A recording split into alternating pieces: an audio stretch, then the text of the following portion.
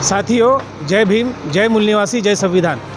अभी अभी social media पे एक विशेष खबर वायरल हुई थी कि प्रधानमंत्री को भारत मुक्ति मोर्चा द्वारा एक नोटिस दिया गया था और वो नोटिस सोमनाथ मंदिर के मामले में था।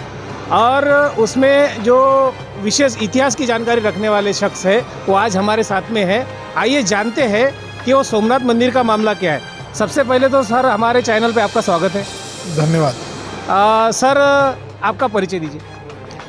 मैं डॉक्टर विलास खरात, राष्ट्रीय महासचिव भारत मुक्ति मोर्चा एवं राष्ट्रीय प्रभारी बुद्धिस्ट इंटरनेशनल नेटवर्क। सर, अभी सोशल मीडिया पर बड़े पैमाने पर ये मामला पता चला है कि आप भारत मुक्ति मोर्चा के द्वारा प्रधानमंत्री को एक नोटिस दिया गया था। वो मामला क्या है सर? भारत में कानून का राज है ऐसा माना जाता है और संविधान में सभी लोग समान हैं। प्रधानमंत्री नरेंद्र मोदी ये देश के प्रधानमंत्री है और सोमनाथ मंदिर ट्रस्ट के वो ट्रस्टी चेयरमैन हैं। 2017 में ट्रस्टी चेयरमैन नरेंद्र मोदी और प्रधानमंत्री नरेंद्र मोदी इन्होंने सोमनाथ मंदिर के नीचे कौन से अवशेष है इसका जीपीआर सर्वे कराने का आदेश दिया। एडवांस टेक्नोलॉजी के द्वारा आदेश दिया गया। आर्कोलॉजिस्ट लोगों के द्वारा उसका सर्वे किया गया और 32 पेजेस का रिपोर्ट भी उन्होंने ट्रस्ट को सबमिट किया। मगर आश्चर्य की बात है, ये रिपोर्ट बना 2017 में जांच करके, मगर इसकी खबर आई 2020 में। मगर एक छोटी सी खबर है। उस खबर के मुताबिक ये जानकारी आई कि सोमनाथ मंदिर के नीचे 3 मंजिला बुद्ध विहार है। तो वर्तमान बीजेपी आरएसएस के लोग देश भर में अलग अलग राज्यों में मस्जिदों में मंदिर ढूंढ रहे और हिंदू मुसलमान के नाम पर विवाद करके वोटों का ध्रुवीकरण करने का षड्यंत्र कर रहे हैं और अज्ञानी लोगों को मूर्ख बना रहे। तो हमने कहा, तुम मस्जिदों में मंदिर ढूंढ रहे हैं, मगर सोमनाथ मंदिर के नीचे तो 3 मंजिला बुद्ध विहार है, उस पर भी तो कभी बहस करे, उस पर भी तो कभी डिबेट करे। उसको कब हैंड ओवर करने वाले हो बुद्धिस्टों के हाथ में? तो ये लीगल नोटिस, अब ये टेस्ट है प्रधानमंत्री नरेंद्र मोदी का, ये देश के संविधान के साथ वफादार रहते हैं या आरएसएस के ब्राह्मण मोहन भागवत के साथ वफादार रहते हैं, टेस्ट है। सर, ये नरेंद्र मोदी को ही नोटिस देने के पीछे क्या मकसद है?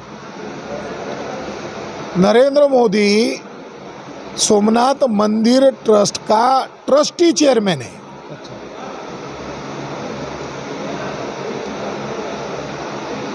अब जिस मंदिर का ट्रस्टी का वो हेड है उसको नहीं देंगे तो किसी दूसरे आदमी को देंगे? उसी को नहीं देंगे लीगल लैंग्वेज में। तो लीगल लैंग्वेज में उसी को देना अनिवार्य है। उसको पता होने के बावजूद वो उस पर कब्जा छोड़ क्यों नहीं रहा है? 100 साल पहले मस्जिद, 500 साल पहले मस्जिद, यानी 700 साल पहले मस्जिद, 800 साल पहले मस्जिद को तोड़कर आप मंदिर बनाने के लिए अपील कर रहे हो, लोगों को उकसा रहे हो। तो ये जो विहार है, ये रिपोर्ट कह रहा है, फिर इसको छोड़ क्यों नहीं रहे हो? वो लायक है या नालायक है तो पता चलेगा ना। सर, आने वाले समय में अगर ऐसा विवाद खड़ा हुआ कि ये सोमनाथ मंदिर के नीचे बुद्ध विहार है, तो क्या इससे दंगे जैसा माहौल निर्माण नहीं हो सकता? वो ब्राह्मण फिक्र करें, हम क्यों फिक्र करें? भारत के शेड्यूल ट्राइब, बैकवर्ड कास्ट के पुरखों का मूल धर्म बौद्ध धर्म है, तो ये इनके पुरखों का बौद्ध धर्म है ना।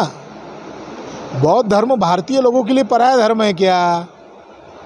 यही नरेंद्र मोदी फॉरेन में जाता है तो बुद्धा का नाम लेता है, अशोका का नाम लेता है, बुद्ध पर भाषण ठोकता है, प्रवचन करता है, दुनिया के लोगों से फंड लेना है तो बोलता है मैं बुद्ध देश से आया हूँ।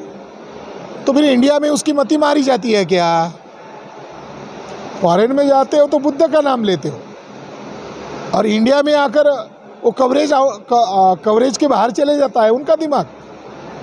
हमें उसकी चिंता नहीं है। बौद्ध धर्म हमारे लिए पराया धर्म नहीं है, वैदिक धर्म हमारे लिए पराया धर्म है। तो हिंदू धर्म के नाम पर उसका मार्केटिंग करते हैं, ये धर्म नहीं है, षड्यंत्र है। और वो कोई हमारे बाप दादाओं का धर्म नहीं है। हिंदू वैदिक धर्म हमारे बाप दादाओं का मूल धर्म बौद्ध धर्म है। सर, आने वाले समय में अयोध्या में बड़े पैमाने पर जो राम मंदिर है उसका उद्घाटन किया जा रहा है, उसके बारे में आप क्या राय रखते हैं? डीएनए के अनुसार ब्राह्मण विदेशी है, और जो जजमेंट आया वो जजमेंट में कहीं पर भी ये लिखा हुआ नहीं है कि सबूत के आधार पर प्रूव हो गया कि ये राम मंदिर था। जस्टिस गोगोई को ब्लैकमेल करके राज्यसभा का सीट दिया, बार्गेनिंग करके उसको राज्यसभा का सीट दिया, और जो 1250 पेज का जो जजमेंट है उसमें कुछ भी नहीं निकला। तो जजमेंट फेक जजमेंट है। तो वहाँ पर मंदिर होने का कोई भी आर्कोलॉजिकल एविडेंस पर उस जजमेंट में बात नहीं किया गया है। आस्था और श्रद्धा के आधार पर बात किया गया है, तो इसीलिए वो मंदिर है ये हम नहीं मानते। तो डीएनए के आधार पर ब्राह्मण विदेशी सिद्ध हो गया है, तो विदेशी लोगों को एक तो भारत छोड़ना होगा, और जिनका डीएनए विदेशी है वो किसी भी जगह पर कब्जा नहीं कर सकते नाजायज़ तरीके से। ये नाजायज़ कब्जा है। ब्राह्मणों का राम मंदिर के नाम पर अयोध्या में जायज़ कब्जा नहीं है, नाजायज़ कब्जा है। तो राम मंदिर बना रहे तो कल वही रहेंगे कि हम भी, हमारी भी व्यवस्था आएगी तो हम उसका स्वरूप बदल देंगे। आज के जो वास्तव में नहीं है उस चीज़ को स्थापित कर रहे हैं, तो ब्राह्मणों की व्यवस्था हमेशा के लिए रहेगी क्या? वो जो गलत काम कर रहे हैं उसका हिसाब किताब भविष्य में लिया जाएगा। सर, अभी बीजेपी द्वारा और आरएसएस द्वारा हिंदू का प्रचार बहुत बड़े पैमाने पर किया जाता था। अभी अभी कहा जा रहा है, सोशल मीडिया पे आ रहा है कि हिंदू ये संस्कृति है और सनातन ये धर्म है, तो इसके बारे में क्या राय रखते हैं? ब्राह्मणों को इस बात की खुजली है कि वो अपने आप को पंडित शब्द लगाते, पंडित ब्राह्मण लोग अपने आप को पंडित शब्द लगाते हैं। पंडित का मतलब होता है होशियार, मगर ब्राह्मण होशियार नहीं निकले, ब्राह्मण षड्यंत्रकारी है।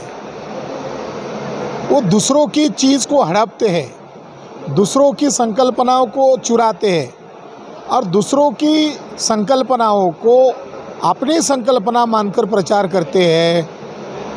तो ब्राह्मण लोग सनातन शब्द का प्रयोग कर रहे हैं क्योंकि हिंदू ये गाली है, हिंदू ये गाली है, हिंदू का अर्थ गुलाम है। ये बात का प्रचार कौन कर रहा है? हम कर रहे हैं। अब उनको लग रहा है हिंदू शब्द के बारे में लोगों का निगेटिव एस्पेक्ट बन रहा है और लोग उसको डिनाई कर रहे हैं। तो ब्राह्मण लोग अब नया शब्द ढूंढ रहे हैं और वो ये कह रहे हैं कि वो सनातन धर्म, सनातन संस्कृति, सनातन शब्द ब्राह्मणों का नहीं है, सनातन शब्द मूलतः बुद्धिस्ट लोगों का है। और बुद्ध के जो वचन हैं 2500 साल पहले, उनके जो वचन हैं उन वचनों को इकट्ठा करके रखा हुआ है और बुद्ध के प्रसिद्ध वचनों को धम्मपद के नाम पर इकट्ठा किया है। तो धम्मपद के यमक वग्ग में एस धम्म सनातनो, ये बुद्ध का एक वचन है, प्रसिद्ध वचन है। धम्म ही सनातन है, सनातन का मतलब है धम्म ही शाश्वत है। तो ये जो बुद्धिस्ट लोगों का शब्द है, तो ब्राह्मण लोग चोर डाकू है, ये अपने व्यवहार से सिद्ध कर रहे हैं। उनका मेरा एक और क्वेश्चन है कि हजारों साल से भारत में बौद्ध धर्म प्रस्थापित था और अभी जो आर्कोलॉजिकल डिपार्टमेंट द्वारा जो खोदकाम किया जा रहा है उसमें बुद्ध ही मिल रहा है, तो ऐसी क्या वजह है कि बुद्ध को समाप्त करने की पूरी तरह वर्तमान में और भूतकाल में कोशिश की गई और की जा रही है?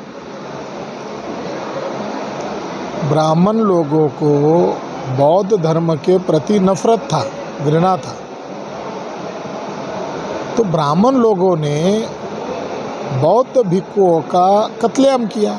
सर इसी में एक सवाल है, बौद्ध भिक्षुओं का कत्लेआम किया और बौद्ध मूर्तियों को विकृत करके फिर उनको अपनी मूर्तियों में कन्वर्ट किया और बौद्ध भिक्षुओं का कत्लेआम करने के बाद उनके विहारों पर कब्जा करके उनको मंदिरों में कन्वर्ट किया। तो बौद्ध धर्म को ख़त्म करने के लिए ब्राह्मणों ने हिंसा का सहारा लिया। हिंसा एक सहारा है, तर्क करके, विचार करके, युक्तिवाद करके तो बुद्धिज़्म ख़त्म नहीं किया। ब्राह्मण धर्म बुद्धिज़्म के सामने टिकने वाला नहीं था, उन्होंने हिंसा का सहारा लिया। इसके बावजूद बौद्ध धर्म ख़त्म नहीं हुआ तो ब्राह्मणों ने क्या अनाउंस किया? बुद्ध विष्णु का अवतार है।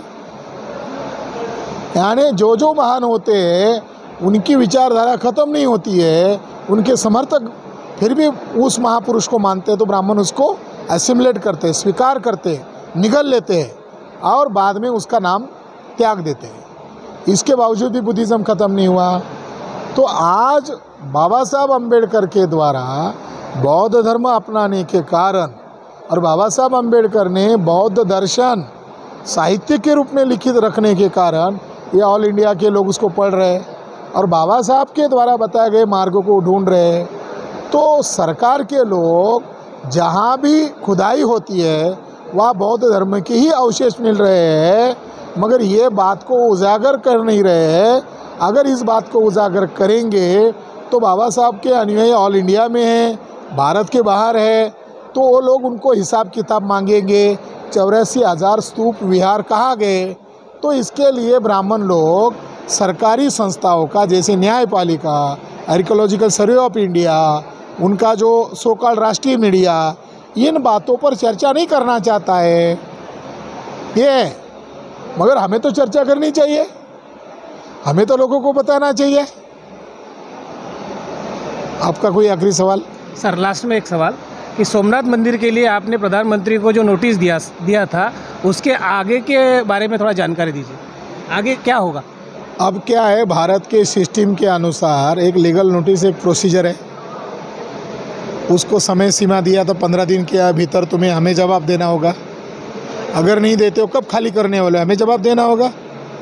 अगर नहीं जवाब देते हो तो तुम्हें हाई कोर्ट में आना होगा, गुजरात के हाई कोर्ट में आना होगा, क्योंकि वो जुडिडिक्शन जो है सोमनाथ मंदिर गुजरात में है तो केस तो पहले हाई कोर्ट में चलेगा गुजरात के।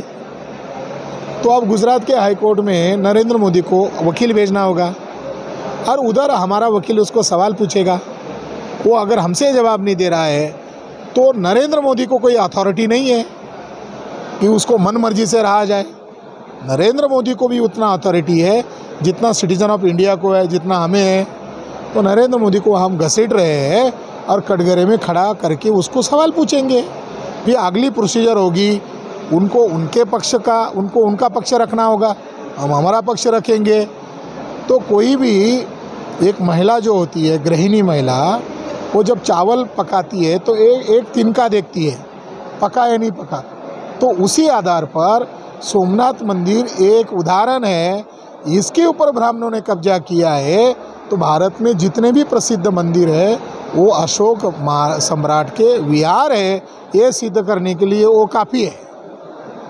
यानी वो सोमनाथ का मामला नहीं है, वो 84,000 विहारों को पुनर्स्थापित करने का मामला है, लड़ाई का मामला है। धन्यवाद सर। आपने अभी सुना माननीय प्रोफेसर विलास खरात साहब जो राष्ट्रीय लेवल पर काम करते हैं और आने वाले समय में हम अपने चैनल के माध्यम से आपको इसकी खबर पल पल में देते रहेंगे। मैं सनी सहारे, कैमरामैन राकेश गजबी के साथ नागपुर। धन्यवाद सर।